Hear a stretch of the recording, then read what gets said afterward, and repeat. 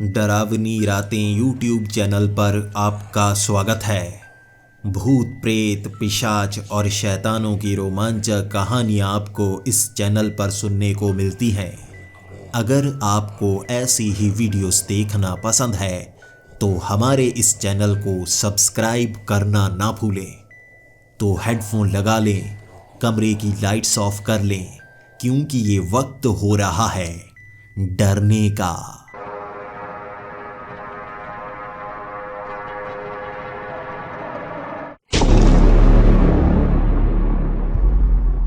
Hello दोस्तों, मेरा नाम बरजी है और आगे की जानकारी देने से पहले मैं आपको एक चेतावनी देना चाहूँगा।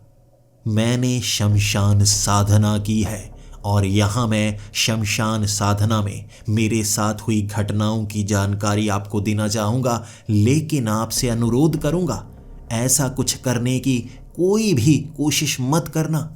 ये बहुत बड़ी जानकारी होती है जिसे सही तरह से करना पड़ता है और ज़रा सी गलती आपको मौत की गोद में ले जा सकती है। इसीलिए इस कहानी को मज़े के साथ सुनिएगा, लेकिन ऐसा करने की कोशिश गलती से भी मत करिएगा। मेरा नाम बरजी है और जब मैं 15 साल का था उस समय मेरी माँ की मौत हो गई थी। ना तो हम समझ पाए थे उन्हें क्या हुआ, ना ही डॉक्टर समझ पाए थे।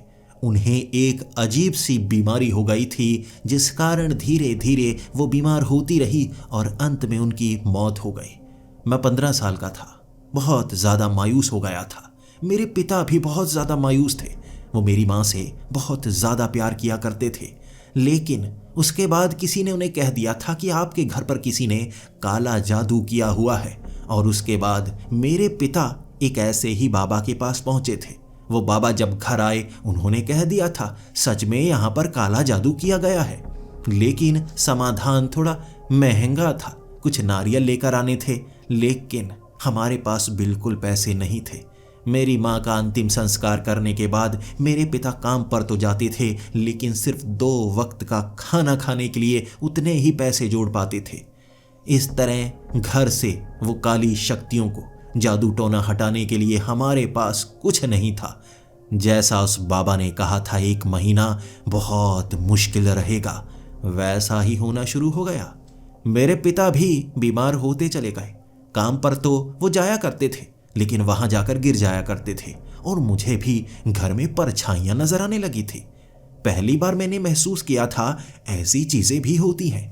मुझे घर के अंदर कभी सफेद रंग की परछाइयां घुप अंधेरे में नजर आती, कभी कभी दिन के उजाले में काले रंग की परछाइयां इधर उधर घूमती हुई नजर आती। कभी कभी मैं कड़ी धूप में कहीं जा रहा होता, ऐसा लगता जैसे किसी ने मेरी टांग में टांग अड़ाई हो। मैं गिर जाता, मुझे चोट लग जाती, लेकिन दूर दूर तक कोई नहीं होता। कई लोग कहते मैं पागल हो गया हूं, मेरे पिता पागल हो गए हैं, हम पिछड़े हुए लोग हैं, इन चीजों पर यकीन करते हैं। लेकिन जिस पर बीतती है उसे पता होता है। हम बहुत गरीब थे, कुछ कर नहीं पा रहे थे और मैं पढ़ना चाहता था, लेकिन सरकारी स्कूल में किताबें लेने के लिए पैसे तो चाहिए।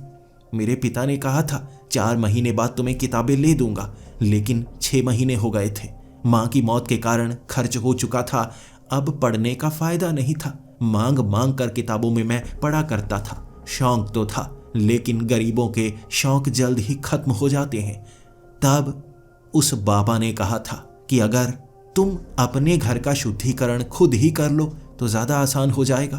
वैसे भी मेरी उम्र कम थी, मैं काम तो करना चाहता था, लेकिन काम मिल नहीं पा रहा था। सख्ती बढ़ चुकी थी।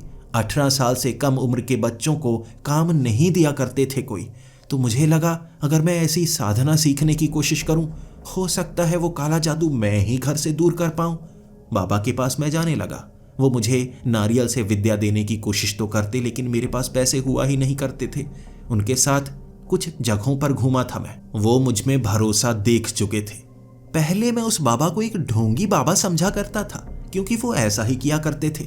जानबूझकर कहीं पर भी कोई मंत्र पढ़ना होता वो हंस पड़ते। सामने वाले को भी लगता जैसे वो बेवकूफ़ बना रहे हैं, और मुझे भी 2 महीनों में ये पता चल गया था ये बाबा झूठा है, कोई भूत नहीं भगाता, बस वहां जाकर नाचता है, गाता है, खाना खाता है, वापस आ जाता है। लेकिन एक शाम 8 बजे जब शमशान में उसने कहा था तुम शमशान में मत आओ, वो वहां पर बैठने वाला था और मुझे उसने घर भेज दिया। मुझे लगा इसका भांडाफोड़ करना होगा, ये बहुत चालाक है, लोगों को बेवकूफ़ बनाता है। मैं एक बड़े सी दीवार के पीछे छिप गया, इस बार उस पर गुस्सा निकालना चाहता था। लेकिन जो मैंने देखा वो बहुत अजीब था। उसने वहां एक आग जलाई। आग जलाने के बाद उस आग से एक परछाई निकली थी, बिल्कुल वैसी परछाई जैसी हमारे घर में दिखा करती थी, लेकिन इसका आकार छोटा सा था।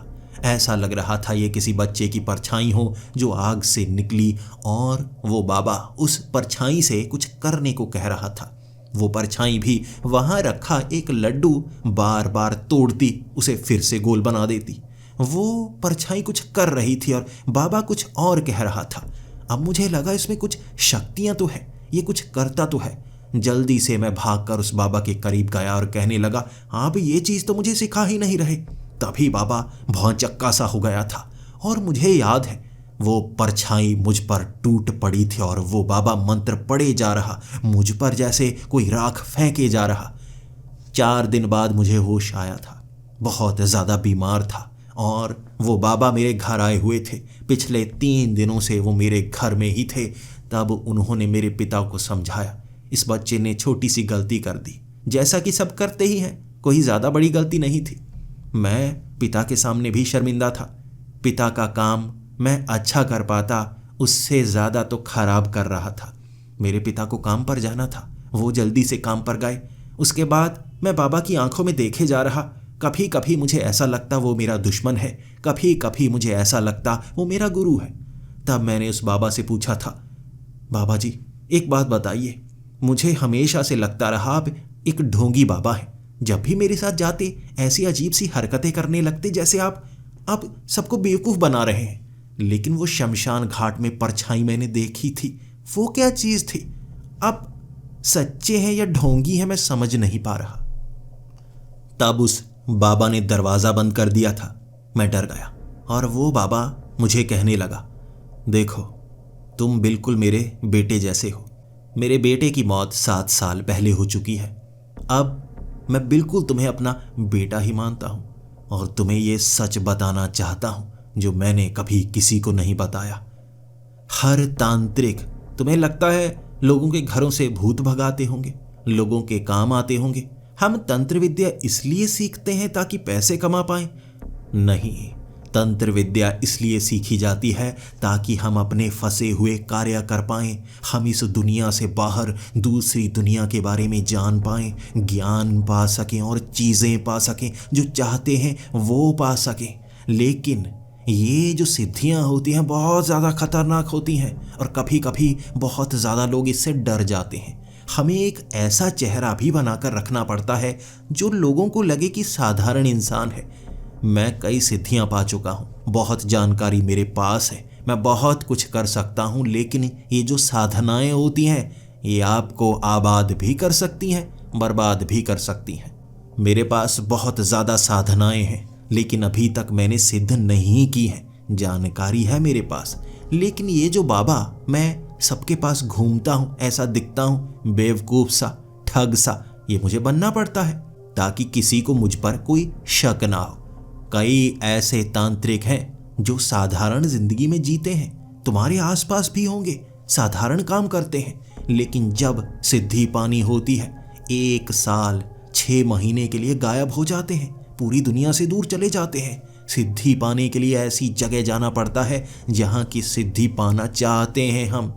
मैं भी अभी तक सिद्धि पाने के लिए तैयार नहीं हुआ हूँ। साधना करना तो चाहता हूँ लेकिन मुझे अभी कुछ पैसों की ज़रूरत है, इसीलिए ये काम करना पड़ता है। ढोंग भी रचना पड़ता है, झूठ भी बोलना पड़ता है, लेकिन ऐसा नहीं है मैं काम नहीं करता।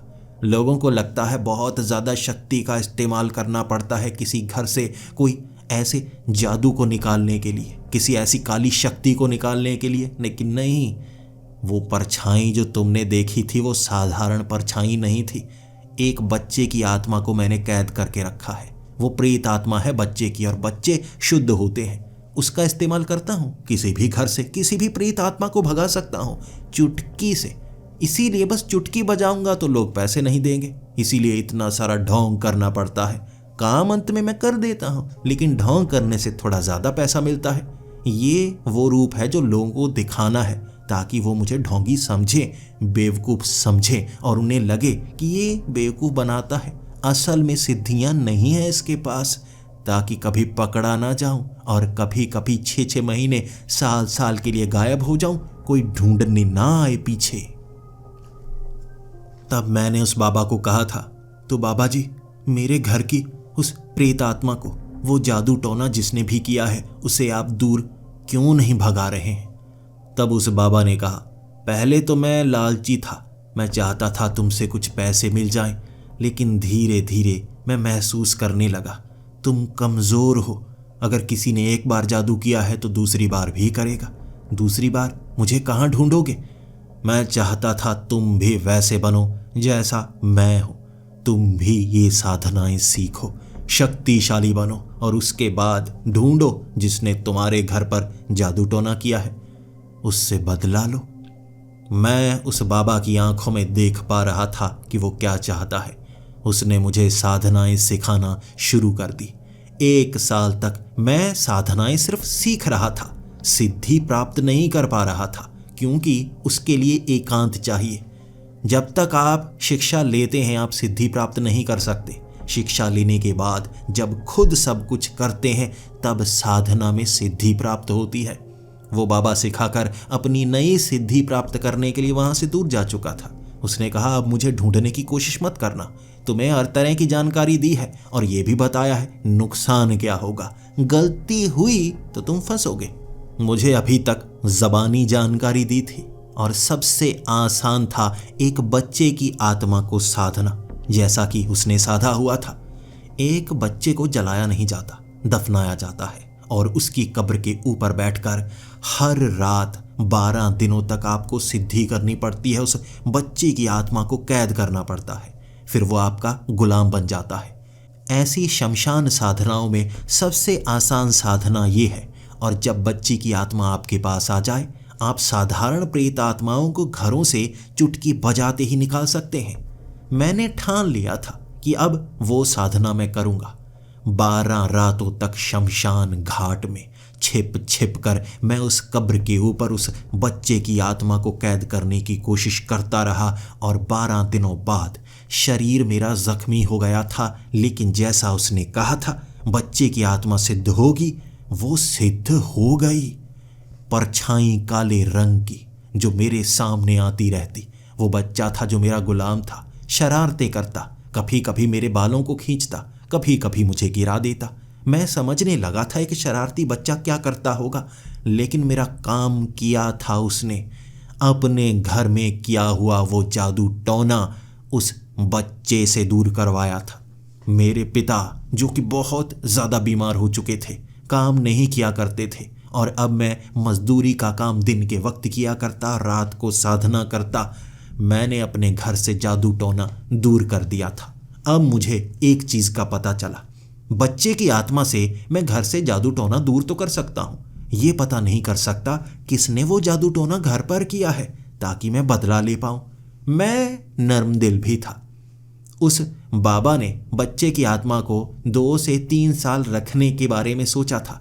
वो नहीं चाहता था कि किसी आत्मा को ज़्यादा समय भटकाया जाए।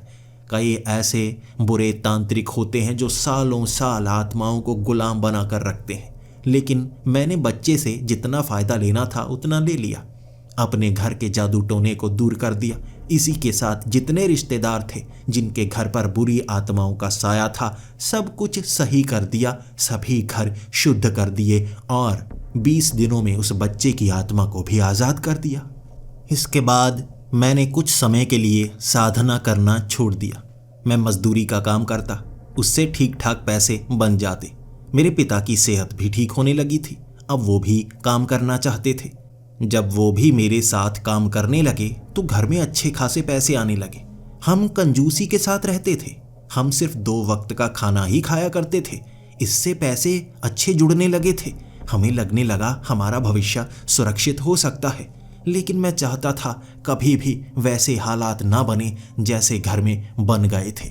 हो सकता है कोई फिर से हमारे घर पर जादू टोना कर दे, फिर से मुझे एक और सिद्धि प्राप्त करनी होगी, एक बच्चे की आत्मा को फिर से कैद करना होगा, फिर से जादू टोना दूर करना होगा।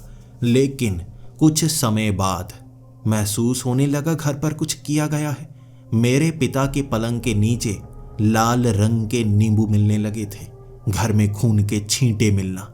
जब भी मेरे पिता घर से बाहर निकलते, दरवाजे के बाहर पैर रखते ही जैसे वो बेहोश हो जाते और वहीं पर गिर जाते। बार बार ऐसा होने लगा था। तो इसके बाद मैं वो जानकारियां जानता था जो मुझे उस बाबा ने बताई थी। ये इस बात के लक्षण हैं कि घर पर किसी ने जादू टोना किया है, इस बार मेरे पिता के ऊपर। यानी कोई है जो बार बार हमें नुकसान पहुंचाना चाहता है। लेकिन ये कौन है मैं जान नहीं पा रहा था। पड़ोसी, रिश्तेदार, कोई जान पहचान वाला, आखिर कौन जो बार बार हमें नुकसान पहुंचाना चाहता है? हमारा कोई दुश्मन क्यों है?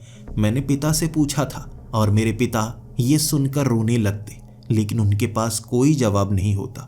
उन्होंने कहा कि उनका कोई दुश्मन नहीं है, वो हर किसी के साथ हाथ जोड़कर ही बात करते हैं ताकि किसी को गुस्सा ना लगे। अब मुझे लगा दोबारा साधना करनी होगी, और इस बार साधारण साधना नहीं, ऐसी साधना जिससे काला जादू करने वाला भी पकड़ा जाए और काले जादू की भी पक्की काट हो जाए, और मुझे भी कुछ ऐसा मिले ताकि मैं जीवन में आगे बढ़ पाऊं। शमशान साधनाएं खतरनाक से खतरनाक होती हैं। इसमें कुछ भी पाया जा सकता है, प्यार, धन, इज्जत, शोहरत। सिद्धि प्राप्त करने वाले का जैसा मन होता है वैसी साधना करनी पड़ती है, और जो चाहते हैं वो मिलता है। मैंने शहर के बाहर वाले एक शमशान घाट का चुनाव कर लिया था। वहाँ कई झुग्गी झोंपड़ियाँ थी, वो गरीब लोग थे, वो बिल्कुल मुझे परेशान नहीं करते। वहाँ शमशान घाट में चाहे मैं पूरी रात बैठा रहता, कोई पूछने वाला नहीं होता। कई दिन वहाँ पर मैं जाने लगा और उसके बाद मुझे पता चल गया आसानी से डाकिनी साधना मैं कर सकता हूँ। डाकिनी को सिद्ध करने के बाद आप शोहरत, दौलत पा सकते हैं, और एक बार अपने पिता को वो दौलत दिखाना चाहता था मैं। जब साधना कर सकते हैं तो हमें करनी चाहिए, ये सोचकर मैंने डाकिनी साधना शुरू कर दी। कई झुग्गी झोंपड़ियाँ थी वहाँ पर, कई गरीब से गरीब लोग वहाँ पर रहा करते थे, और जब बारिश होती उनके पास जैसे अपना सर ढांकने के लिए अच्छी छत तक नहीं थी। ऐसी ही एक पीछे वाली झोंपड़ी जहाँ पर एक लड़की रहती थी। 2-3 दिन जब मैं डाकिनी साधना के लिए शुरुआत कर रहा था, वो मंत्रों का जाप याद कर रहा था, वो लड़की उस पीछे वाली झोंपड़ी को ठीक करने की कोशिश करती ही रहती। नाले का पानी उस तरफ आया करता था, जिस कारण उसकी झोंपड़ी बार बार ढह जाया करती थी। पीछे वो ईंटें लगाती और ईंटें कई बार फिसल जाती। बेचारी बहुत ज़्यादा परेशान थी। लेकिन डाकिनी साधना में आपको अपने आसपास की हर चीज़ को भूलना पड़ता है। लोग परेशानी में नजर आएंगे लेकिन मदद नहीं करनी, आपको अपने काम से काम रखना है। और इसीलिए डाकिनी साधना की मैंने शुरुआत कर दी। पहला दिन 1,00,000 बार वो मंत्र पढ़ने होते हैं पूरी रात में, और मैं पढ़ता गया। मंत्र छोटे थे और मैं दोहराता गया। मेरा गला सूख गया, और अगले पूरे दिन आपको पानी नहीं पीना। वो पूरा दिन गला सूखा रहा, ऐसा लग रहा था मैं मारा जाऊंगा। लेकिन उन मंत्रों में एक शक्ति है, वो मंत्र आपको मरने तक नहीं देते। रात को दूसरा दिन शुरू हुआ, यानी आज पानी पी सकता हूँ, लेकिन जितना पानी पीना है एक बार पीने के बाद मुंह में पानी रखना है, और अगले पूरे दिन तक उस पानी को ना तो पीना है ना मुंह से बाहर निकलने देना है, और मुंह में मंत्र को पढ़ते जाना है। ज़बान हिलानी है, शब्द बाहर नहीं आएंगे, और इसमें मुश्किलें काफ़ी आ सकती हैं। इस तरह दूसरे दिन मैंने अच्छे से पानी पिया, और पानी पीने के बाद मुंह में पानी रखा और मंत्रों को पढ़ने लगा। डाकिनी साधना का दूसरा दिन भयानक होने वाला था, मैं ये जानता था। जब मैं शमशान घाट में बैठा था, पास में कई हड्डियां पड़ी थी। ये हड्डियां जानवरों की थी जो यहाँ फेंक दी जाती हैं, क्योंकि पीछे वाली झुग्गियों में कई बार जो जानवर मरते हैं वो शमशान घाट में उनकी लाशों को फेंक जाया करते हैं। धीरे धीरे वो लाशें सड़ जाती हैं, हड्डियां रह जाती हैं। पास में ही एक ऐसी हड्डी थी जो बार बार हिले जा रही थी और मुझे काफ़ी ज़्यादा परेशानी हो रही। पहली बार मैंने देखा कि आसपास पड़ी हुई कई हड्डियां धीरे धीरे एक दूसरे से जुड़ती गई और कुत्ते का आकार बना दिया था।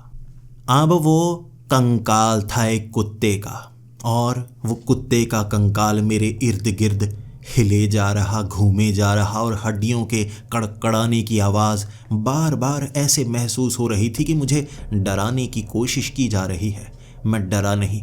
पूरी रात हड्डियों के कड़कड़ाने की आवाज़ वो आती ही रही। तभी मेरी नज़र सामने भी पड़ी थी। सामने मैंने देखा वो जो झुग्गी में लड़की रहती थी वो अपने उस छोटे से झोंपड़े को जो टेंट का बना हुआ उसे ठीक करने की कोशिश कर रही, लेकिन पास के नाले में गिर गई। और उसके बाद वो वहाँ निकलने की कोशिश कर रही, लेकिन उससे निकला नहीं जा रहा, बार बार उसका पाँव फिसले जा रहा था। तब मैंने देखा पास में 2 और लड़के थे जो पीछे वाली झुग्गियों में ही रहते थे। उन्होंने उसे बाहर तो निकाला, लेकिन उसके साथ ज़बरदस्ती सी करने लगे। वो चीखना चाहती थी और उन्होंने उसके मुंह पर हाथ रखा और उसे वो टेंट के अंदर ले गए। मन जैसे भरा भरा सा जा रहा था, गुस्सा आ रहा था। अगर आपके सामने कुछ ऐसा हो, मन करता है कि उन्हें मार दे। मैं नहीं चाहता था कि वो उस लड़की के साथ कुछ बुरा करे, लेकिन मैं एक साधना के बीच था। इस साधना में एक गलती और मैं मारा जाता। मैं मुंह से पानी छोड़ नहीं सकता था, मंत्र छोड़ नहीं सकता था, और वो कुत्ता वहां से मुझे जाने नहीं देता। मैंने आंखें बंद कर ली और उसके बाद भी बार बार ये ख्याल आते रहे। आंखों के सामने कुछ बुरा हो रहा है और आप कुछ ना कर पाएं, बहुत असहज महसूस होता है।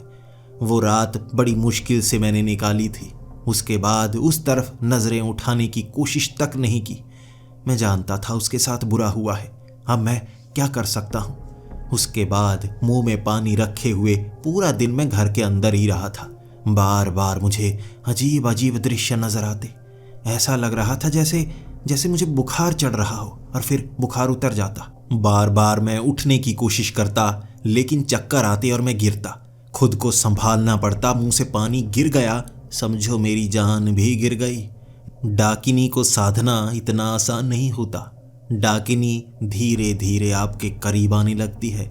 ऐसी शक्तिशाली प्रेतनी होती है डाकिनी, जो हमेशा से यहाँ मौजूद है। उसे साधने के बाद आप कुछ भी उससे मांग सकते हैं। मुझे बस डाकिनी को साधना था। लक्ष्य की तरफ नज़रें गड़ाए रखनी पड़ती हैं। कई चीज़ें आती हैं आपको भटकाने के लिए, बस ध्यान सीधे रखना पड़ता है। पूरा दिन पानी मुंह में रखे हुए मैं पहुंच गया शाम को उस शमशान घाट में। जैसे ही समय पूरा हुआ, मुंह से पानी निकाला और मुझे बहुत ज़्यादा भूख लगी हुई थी। मैं अब कुछ खाना चाहता था। मुझे फल ही खाने थे। मैं मांस नहीं खा सकता था, किसी चीज़ को पकाकर नहीं खा सकता था। हर चीज़ ठंडी खानी थी मुझे। ये इस साधना का कड़ा नियम था और मैंने जितने भी फल जुटाए थे सभी एक एक करके खाता गया। भूख इतनी ज़्यादा थी, मैं 3 से 4 किलो फल खा गया था। उसके बाद आज और भी कठिन दिन था। मैं नहीं जानता कितने दिनों में ये साधना पूरी होगी, लेकिन एक एक करके हर दिन आगे बढ़ता जाऊंगा और सही समय आने पर डाकिनी आपके सामने होगी। कुछ देर बाद बारिश होने लगी थी। मैं जानता था आज क्या होगा। मेरा शरीर जलेगा। मेरा शरीर इतना जलेगा कि ये बूंदें उस पर पड़ती रहें तो ठीक रहेगा। अगर मैं इस बारिश के पानी से थोड़ा दूर हुआ, उसके बाद बहुत परेशानी हो जाएगी। बारिश बहुत ज़्यादा तेज़ थी। मेरे शरीर से भाप निकलती जा रही थी और मेरे शरीर पर जो कपड़े थे वो सड़ रहे थे, लेकिन पूरी तरह से जल नहीं रहे थे। मैं वो बूंदों को शरीर पर डलवाता गया। सिर्फ एक लंगोट पहना हुआ था ताकि शरीर पर पानी की बूंदें गिरती जाएं। आज मंत्र नहीं पढ़ने थे, बस शरीर को बचाना था जलने से। डाकिनी साधना का ये एक अजीब सा दिन था। लेकिन मैंने देखा वो सामने लड़की जो उस टेंट में थी, वो टेंट से बाहर निकली थी कुछ खाना शायद लेने के लिए। उसके बाद उसने एक पैकेट पकड़ा हुआ था जो घर में इस बारिश में वो किसी तरह पकाकर खाने की कोशिश कर रही थी। अंदर से धुआं निकलता लेकिन बार बार उसका चूल्हा बंद पड़ जाता। मेरे कारण उसे मुश्किल हो रही थी, लेकिन मैं शमशान घाट से बाहर रात के वक्त नहीं निकल सकता, मदद भी नहीं कर सकता। तो मैं क्या करता? मैंने देखा वो दो लड़के फिर से वहां आ गए, उससे जबरदस्ती करने लगे, उसके कपड़े खींचने की कोशिश कर रहे थे, उतारने की कोशिश कर रहे थे। आज मुझे गुस्सा था लेकिन मैं मजबूर। किस्मत उस लड़की की कि उनके हाथों से वो बची और शमशान घाट की तरफ ही भागी। आज जैसे वो लड़के बहुत ज्यादा उसके पीछे पड़े हुए थे। वो शमशान घाट के अंदर आ गई और मुझे लगा अब मैं इसकी मदद कर सकता हूँ। जैसे ही वो दोनों लड़के यहाँ पर आए, वो उसके कपड़े खींचने की कोशिश कर रहे जो पहले से फटे थे और फाड़ने की कोशिश कर रहे। मैंने नज़रें उन लड़कों की तरफ की और जैसे ही मैंने हाथों से उन दोनों लड़कों की कलाइयाँ पकड़ी, भाप निकलने लगी थी उनकी कलाइयों से। वो सड़ने लगी थी क्योंकि हाथ से मेरे आग निकल रही थी, बिल्कुल आग। ये बारिश का पानी ही उसे ठंडा किए हुए था। अगर मैं किसी चीज़ को इस तरह छूंगा वो जलने लगेगी। चीखें मार रहे थे वो चीखें, और मैं उन्हें कह रहा था दोबारा इस लड़की के पास भी आए जलाकर राख कर दूंगा। शमशान घाट में ऐसी सिद्धियां हैं मेरे पास, तुम्हें यहीं गाड़ दूंगा। हड्डियां तक न मिलेंगी, राख मिलेगी राख। बहुत डरे हुए वहां से भाग गए थे और वो लड़की मेरे पांव पड़ गई थी कि मैंने उसकी मदद की है। और मैंने भी उस लड़की को कहा छुओ मत मुझे, छुओ मत, छुओ मत। अगर जलना नहीं चाहती तो मुझे मत छुओ। आज मैं आग हूँ, आग। ये बारिश का पानी लगातार मुझ पर पड़ते रहना चाहिए। उसने मेरा धन्यवाद किया था और कहा था क्या क्या आप यहीं पर रहते हैं? मैंने एक दो बार आपको देखा। हाँ, मेरी मदद कर सकते हैं? कई बार कई लड़के आते हैं यहाँ जो बहुत ज़बरदस्ती करते हैं। हम गरीबों के पास क्या है? कुछ नहीं। मदद के लिए कहीं पुलिस स्टेशन जाएं तो कोई मदद नहीं करता, गरीबों की सुनवाई नहीं होती। आपने मदद की है क्या? क्या मैं शमशान घाट में रात को यहाँ बिता सकती हूँ समय? मैंने कहा तुम यहाँ रुक सकती हो, लेकिन शमशान में रुकना डरावना एहसास होता है। उसने कहा वो रुक लेगी। इस शमशान घाट के पीछे पीपल का पेड़ लगा हुआ था। बारिश काफ़ी तेज़ थी, लेकिन पीपल के पेड़ के नीचे कम ही बूंदें पड़ रही थी और वहाँ उसने चूल्हा जलाया और खाना पकाने लगी। वो लड़के एक दो बार इस तरफ आए थे और मैं जब घूरने लगता उनके होश उड़ जाते। मैंने उन्हें कहा था अगर इस लड़की को दोबारा छूने की कोशिश की, इस बार जिंदा नहीं छोड़ूंगा। वो भाग गए। मैं जानता था वो भागे हैं कुछ समय के लिए, मौका पाकर दोबारा इस लड़की से ज़बरदस्ती करने की कोशिश करेंगे। ना मैंने उस लड़की के बारे में जानना चाहा, ना उन लड़कों के बारे में। मुझे अपने काम से काम रखना था। डाकिनी साधना में हालात ऐसे बनते हैं कि आप साधना को तोड़ें, लेकिन साधना तोड़नी नहीं होती, साधना पूरी करनी होती है। मैं उस बारिश में बैठा रहा, आंखें बंद करके साधना करता रहा, और वो लड़की उस पीपल के पेड़ के नीचे ही सो गई। शायद मैंने उसकी मदद की थी, इसीलिए वो डरी नहीं। शमशान घाट में ही सोकर सुबह के वक्त वो घर की तरफ निकली और मैं भी शमशान घाट से बाहर निकल सकता था। वो मुस्कुराती हुई अपने घर की तरफ गई थी और हाथ जोड़कर मेरा धन्यवाद किया था। मैं घर तो जा सकता था, लेकिन आज घर ना ही जाऊं तो अच्छा रहेगा। कहीं किसी छत के नीचे पहुंच गया, शरीर सड़ने लगेगा। पूरा दिन मुझे पानी के अंदर बिताना होगा। अब शमशान घाट में पानी एक जगह रुका हुआ था, वहीं मैं ज़मीन पर लेट गया। उस पानी में पूरा दिन रहा, भूखा प्यासा, वो पानी पी भी नहीं सकता था मैं। इस तरह जब रात का वक्त हुआ तो ये सिद्धि का दिन भी पूरा हुआ और जल्दी से मैं वहाँ से बाहर निकला और पूरे कपड़े जल्दबाजी में पहने। भूख काफ़ी ज़्यादा थी और मेरे पास कुछ ही समय था खाना लाने का। आज का दिन फिर से शुरू हो जाएगा और आज ज़्यादा खतरनाक होने वाला है।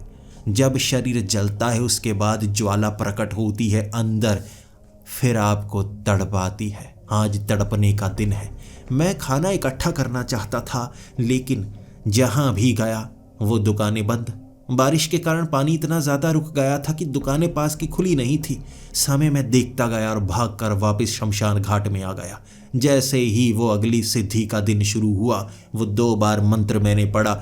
मेरा शरीर तड़पने लगा था। मैं ज़मीन पर लौटने लगा था क्योंकि मेरे पूरे शरीर पर जैसे सुइयां चुभोई जा रही थी। ऐसा दर्द हो रहा था, शरीर के हर अंग पर दर्द हो रहा था और मैं तड़प रहा। मैंने देखा था वो लड़की वहां आई और बड़ी बड़ी घबराई घबराई मुझसे पूछ रही थी, क्या हुआ आपको? कहीं किसी ने मारा? सांप तो नहीं लड़काया? मैं आपको बाहर लेकर जाती हूँ। मैंने बस उसको इतना कहा था, छोड़ दो मुझे, मेरे हालात पर छोड़ दो, मैं सिद्धि प्राप्त कर रहा हूँ, ये मेरी सज़ा है, मुझे ये भुगतनी होगी, मैं इसी तरह दिन गुजारता हूँ, मेरे करीब मत आओ, चली जाओ यहाँ से। लेकिन ज़बान के अलावा मेरा शरीर पर कोई कंट्रोल नहीं था। मेरे हाथ पांव कांप रहे और वो लड़की ठंडे पानी की पट्टियां मेरे सर पर कर रही थी, लेकिन मैं तड़प रहा। उससे ज़रा आराम तो मिलता, लेकिन कुछ खास फ़ायदा नहीं होता। पूरी रात तड़प तड़प कर निकाली थी मैंने, और मैंने देखा वो लड़की भी रो रही थी। मैंने उसकी मदद की थी और पूरी रात उसने खाना नहीं खाया, मेरे सर पर पट्टियां करती रही थी। अगली सुबह मुझे लगा आज वो दर्द रात भर का ही था, अंधेरे में ही दर्द होता, और आज का दिन छुट्टी की तरह था। दिन के वक्त अच्छी तरह से मैं खाना खा सकता था, कुछ भी कर सकता था। अगला दिन तो रात के वक्त से शुरू होता सिद्धि का। जब सुबह मेरे हालात ठीक हुए, वो लड़की पूछने लगी, आपकी बीमारी ठीक हो गई? रात को तो बहुत ज़्यादा बुरा हाल था और मैं डॉक्टर को भी नहीं बुला सकती थी, मैं कुछ भी नहीं कर सकती थी, इसीलिए बस पट्टियां करती रही। मेरे पास खाना है, आप खाना चाहेंगे? वो बहुत गरीब थी, बेचारी के पास वो गंदे वाले चावल थे, वो मुझे दे रही थी और मैंने कहा, नहीं, ये तुम्हारे हैं, ये तुम्हें खाने चाहिए। भले ही भूख मुझे लगी थी, लेकिन मैंने उसकी मदद की थी, बदले में वो अपना फ़र्ज़ निभाना चाहती थी। दिन के वक्त मैं घर से कुछ पैसे लेकर आया, खाने का सामान लेकर आया, और मैं इस बार ये सामान शमशान घाट में ही रखना चाहता था। कई बार ज़रूरत पड़ ही जाती है, और वैसे भी डाकिनी साधना में मुझे अजीब अजीब से दृश्य दिखने लगे हैं। एक औरत की परछाई मुझे आंखों के सामने दिखती है। जब अपनी आंखें बंद करता हूँ, ऐसा लगता है मेरी आंखों के सामने कोई लड़की खड़ी है। आंखें खोलते ही जैसे वो वहाँ से चली जाती है। ये डाकिनी है जो मेरे करीब आ रही है, और अब मुश्किलें बढ़ रही हैं। डाकिनी एक क्षण में आपको मार सकती है, वो बस आपके इर्द गिर्द होती है। साधक बस उसे पाना चाहता है, लेकिन करीब से कई बार गलती हो ही जाती है। मैं वो गलती नहीं होने दूंगा। अब तक मैंने एक गलती नहीं की। मैं सारा सामान लेकर जब शाम के वक्त शमशान घाट पहुंच गया था, वो लड़की पहले से पेड़ के पीछे छिपी हुई। मैंने ध्यान दिया, वो 2 लड़के 4 और लड़कों को लेकर आए थे। वो उस लड़की को ढूंढ रहे, और वो लड़की पेड़ के पीछे छिपी हुई। वो लड़कों ने उसे घेर लिया था, उसके कपड़े खींच रहे, फाड़ रहे। आधे कपड़े सच में फाड़ भी दिए थे। मुझे शर्म आ रही थी। वो लड़की के एक तो कपड़े भी काफ़ी पतले थे, गरीब थी, मांग मांग कर तो कपड़े पहनती थी, और वो कपड़े भी उन्होंने फाड़े हुए। शरीर भी अच्छे से ढांका नहीं था उसका। वो ज़बरदस्ती कर रहे थे उसके साथ। 2 लड़के तो अच्छे घरों के लग रहे थे, 3 यहीं बस्ती में रहने वाले, झुग्गियों में रहने वाले थे। मैं वहाँ पहुँचा और वो मुझ पर झपटने लगे। वो 2 लड़के बता रहे थे कि इसने उस दिन हमें मारा। वो सभी मुझे पीटना चाहते थे, लेकिन उन्हें पता नहीं था डाकिनी साधना जब चल रही होती है, मुझे कोई जान से नहीं मार सकता। भले ही मुझ पर कोई बम गिरा दे, मेरे शरीर को फाड़ दे, मैं तब भी नहीं मरूंगा। और इसका तो फ़ायदा उठा सकता हूँ, चाहे वो मेरे सर पर गोली रख कर चला दे। मेरे शरीर के अंदर नहीं जाएगी गोली, वो नीचे गिर जाएगी।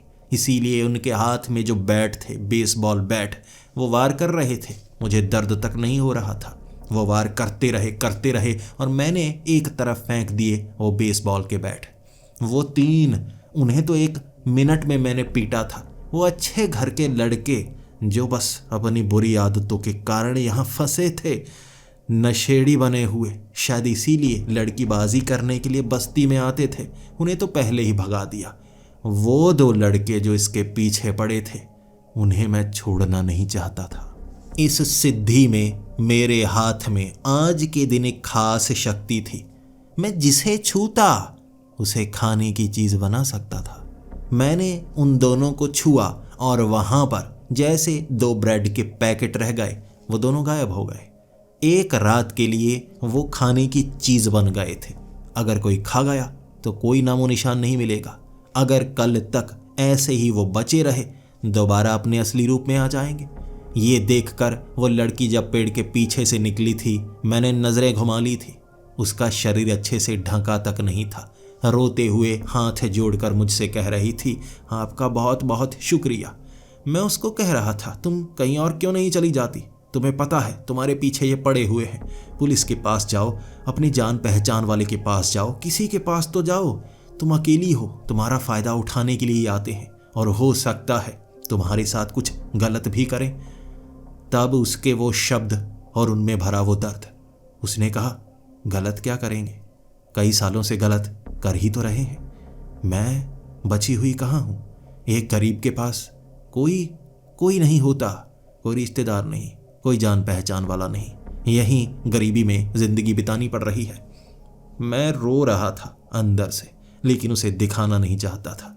मैं भी मजबूर था, नजरें घुमाए हुए उसकी मदद करता भी तो कैसे करता। लेकिन मैंने जबान पर वो शब्द लाए थे, तुम बताओ क्या चाहती हो? मैं तुम्हारी मदद कैसे करूं?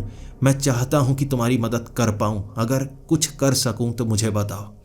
तब उसने नीचे गिरकर कहा था, कुछ भी कर दो, मुझे अपनी नौकरानी बना दो, बस खाने को देते रहो, इससे दूर। मुझे अपनी पत्नी बना लो, मुझे अपनी रखैल बना लो, कुछ भी बना लो। यहाँ से अगर दूर ले जा सकते हो तो ले जाओ, मैं सब कुछ करने को तैयार हूँ। उसकी जिंदगी में वो दर्द उसकी जबान से छलक रहा था। मैंने उस लड़की को कोई जवाब नहीं दिया था, लेकिन पूरी रात उसने वहीं पर बिताई थी और मैं भी एक आग जलाकर उसके आगे बैठता रहा। बार बार मैं उठता, जिस चीज को हाथ लगाता वो खाने की चीज बन जाती। लेकिन मैं किसी भी चीज को खाना नहीं चाहता था ताकि गलती ना हो जाए। वो लड़की जरूर उस पीपल के पेड़ से जैसे आगे निकल कर आई थी। उसने वो दोनों ब्रेड के पैकेट उठाए थे और मैंने उसे मना नहीं किया। ये उसके हाथ में था। उसे जितनी सज़ा मिली थी, अब ये उसे सोचना था वो उन्हें सज़ा देना चाहेगी या नहीं। दोनों पैकेट खोलकर वो ब्रेड खा गई थी क्योंकि उसे भूख लगी थी और मैं भी मना नहीं कर पाया। उसने उन्हें सज़ा दी और कभी भी वो मिलेंगे नहीं। वो अब उस लड़की के पेट में चले गए, यानी उनकी मौत हो चुकी है। सुबह के वक्त वो लड़की बड़ी खुशी से अपने टेंट में गई थी क्योंकि अब उसे परेशान करने वाले वहाँ मौजूद नहीं थे और मैं भी आज घर आने वाला था। लेकिन मैंने अपने हाथों को पट्टियों से बांध लिया था अच्छी तरह से। किसी भी चीज़ को मैं छूंगा नहीं, छूने भर से वो चीज़ खाने की बन जाएगी। लेकिन मुझे एक खास चीज़ से बचना था। वो हाथ अगर गलती से मैंने अपने सर पर रख लिए तो मैं भी एक खाने की चीज़ बन जाऊंगा और शायद मैं मारा जाऊं। फिर ये साधना अधूरी की अधूरी रह जाएगी। अब अगले दिन जब मैं शमशान घाट में पहुंचा, आग जलाई मैंने। आग का रंग लाल था और मेरी आंखें खुली की खुली रह गई। ये वो रात है जब डाकिनी सिद्ध हो जाएगी। इतनी आसानी से मैंने बहुत जल्दी इस आग को लाल कर दिया। मुझे मेरे उस गुरु ने बताया था इतनी जल्दी ये काम किया नहीं जाता। आपको अपने अंदर की हर शक्ति पर कंट्रोल पाना पड़ता है, उसके बाद ये हो पाता है। और मैंने काफ़ी आसानी से कर लिया। आज इस शमशान घाट से बाहर नहीं निकल सकता। डाकिनी सिद्ध करूँगा और वो मेरे सामने आ जाएगी। जो मांगूंगा मुझे वो मिलेगा और मैं जानता हूँ मुझे क्या मांगना है। मुझे एक जवाब चाहिए। मैं शमशान घाट के अंदर ही था और मंत्र पढ़ता जा रहा था। एक खास संख्या तक मुझे वो मंत्र पढ़ने होते और पूरे 3 बजे वो डाकिनी मेरे सामने आ जाती। 2 बजे तक मैं इंतज़ार करता रहा और 2 बजे मैंने ध्यान दिया उस झोंपड़े में जहाँ वो लड़की चलकर इस तरफ आ रही थी।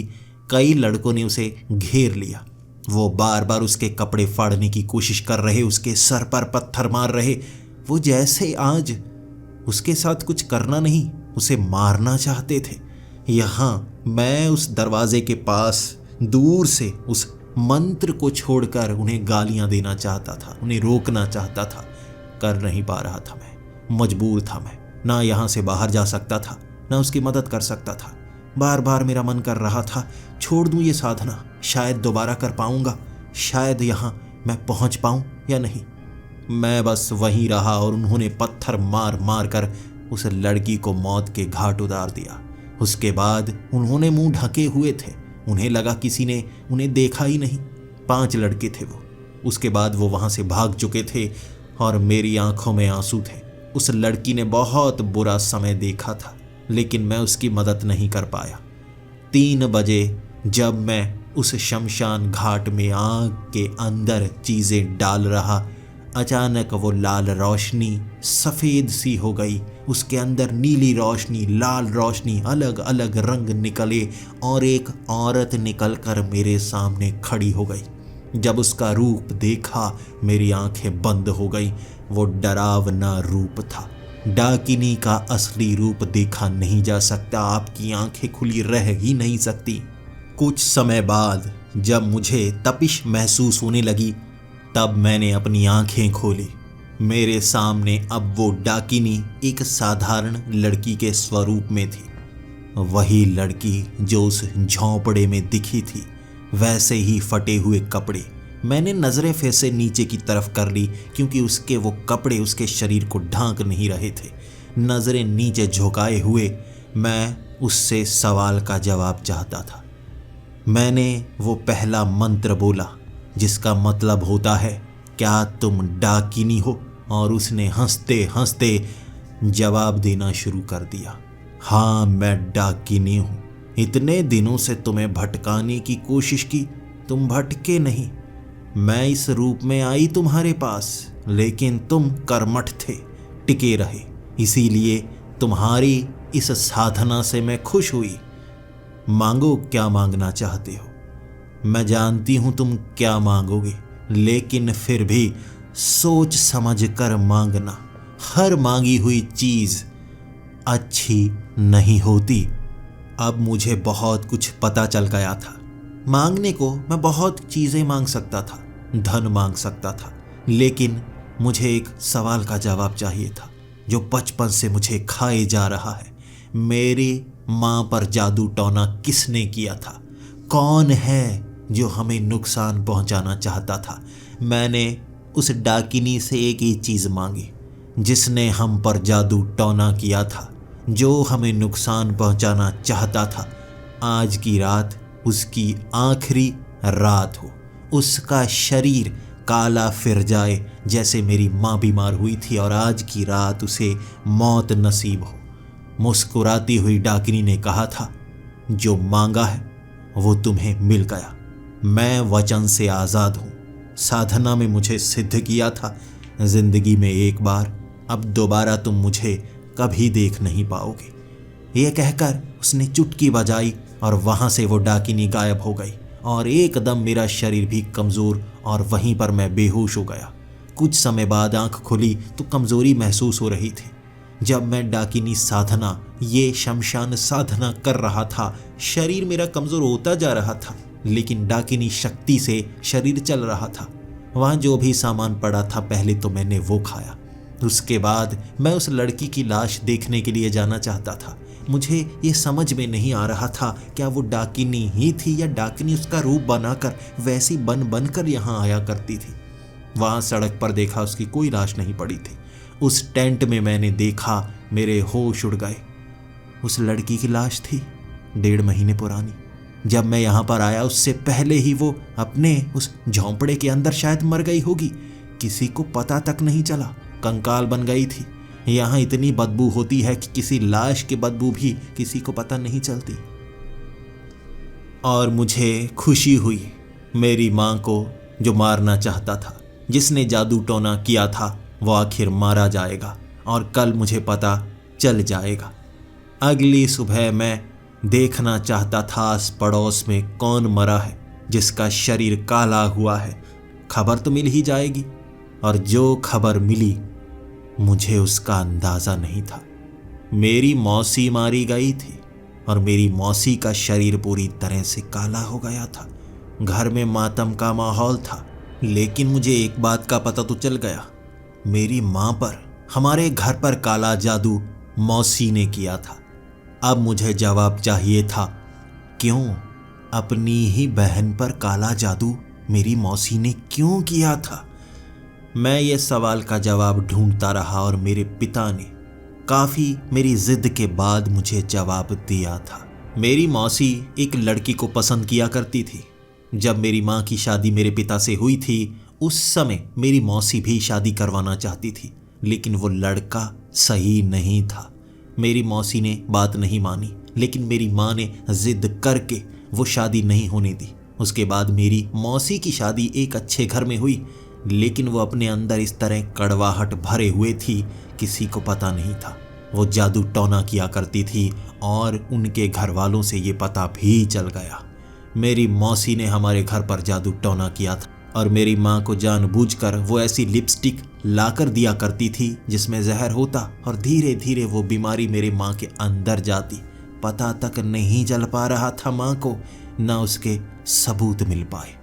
इस तरह मेरी माँ भी मारी गई थी और मेरी मौसी भी।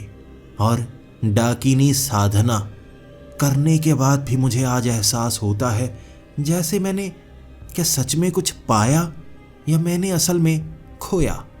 क्या वो जानकारी मेरे पास होनी चाहिए थी या नहीं? ये आखिरी बार था जब मैंने कोई साधना की। शमशान साधना को तब से मैं छोड़ चुका हूँ। आपको क्या लगता है, जब हम साधना करते हैं तो हमें अच्छी चीज़ें ही मिलती हैं? जिंदगी बदल जाती है। कई ऐसे राज हमारे सामने आ जाते हैं जो नहीं आने चाहिए। एक साधक जिंदगी बदल कर जीना चाहता है लेकिन जी नहीं पाता। मेरी इस कहानी में मायूसी भी है, दर्द भी है, ऐसा एहसास भी है जो मरने पर मजबूर करता है, लेकिन एक सबक भी सिखाता है। साधना, और खास तौर पर शमशान साधना, हर किसी के लिए नहीं होती।